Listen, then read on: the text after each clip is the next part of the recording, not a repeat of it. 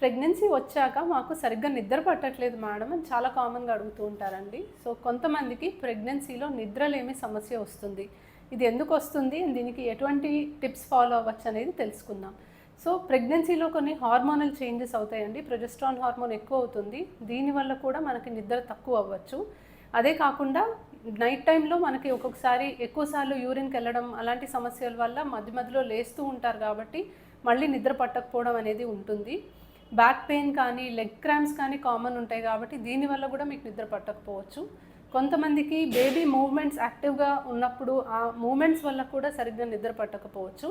And most importantly ఎంతో కొంత anxiety అనేది ఉంటుంది. డెలివరీ టైంలో ఎలా ఉంటుంది, ఫ్యూచర్లో ఎన్ని రెస్పాన్సిబిలిటీస్ ఉంటాయి, సో ఇవన్నీ యాడ్ ఆన్ అయ్యి చాలామందికి నిద్రలేమి సమస్య వస్తూ ఉంటుంది. సో నిద్ర అనేది సరిగ్గా ఉండడానికి మీరు ఏం చేయగలరు అనేది, ఫస్ట్ ఆఫ్ ఆల్ ఒక మంచి బెడ్ టైం రొటీన్ని మీరు రెగ్యులర్గా ఫాలో అవ్వాలి. సో రూమ్ని చీకటి చేయడం, ప్రశాంతంగా ఉండేలా చూసుకోవడం, అండ్ పడుకునే ముందు ఒక 1 అవర్ మీరు స్క్రీన్ టైం అనేది కంప్లీట్గా రెస్ట్రిక్ట్ చేసుకోవాలి. అసలు స్క్రీన్ చూడకపోతే మంచిది. కాఫీ తాగొద్దు. అండ్ 7 PM తర్వాత ఫ్లూయిడ్స్ కూడా తక్కువ తీసుకోండి, అంటే మళ్ళీ యూరిన్కి వెళ్ళే అవసరం రాకుండా. అండ్ మోస్ట్ ఇంపార్టెంట్లీ యాంగ్జైటీ తగ్గించుకోండి. సో స్ట్రెస్ రిలీఫ్ కోసం యోగా చేయడం, మెడిటేషన్ చేయడం ఇంపార్టెంట్.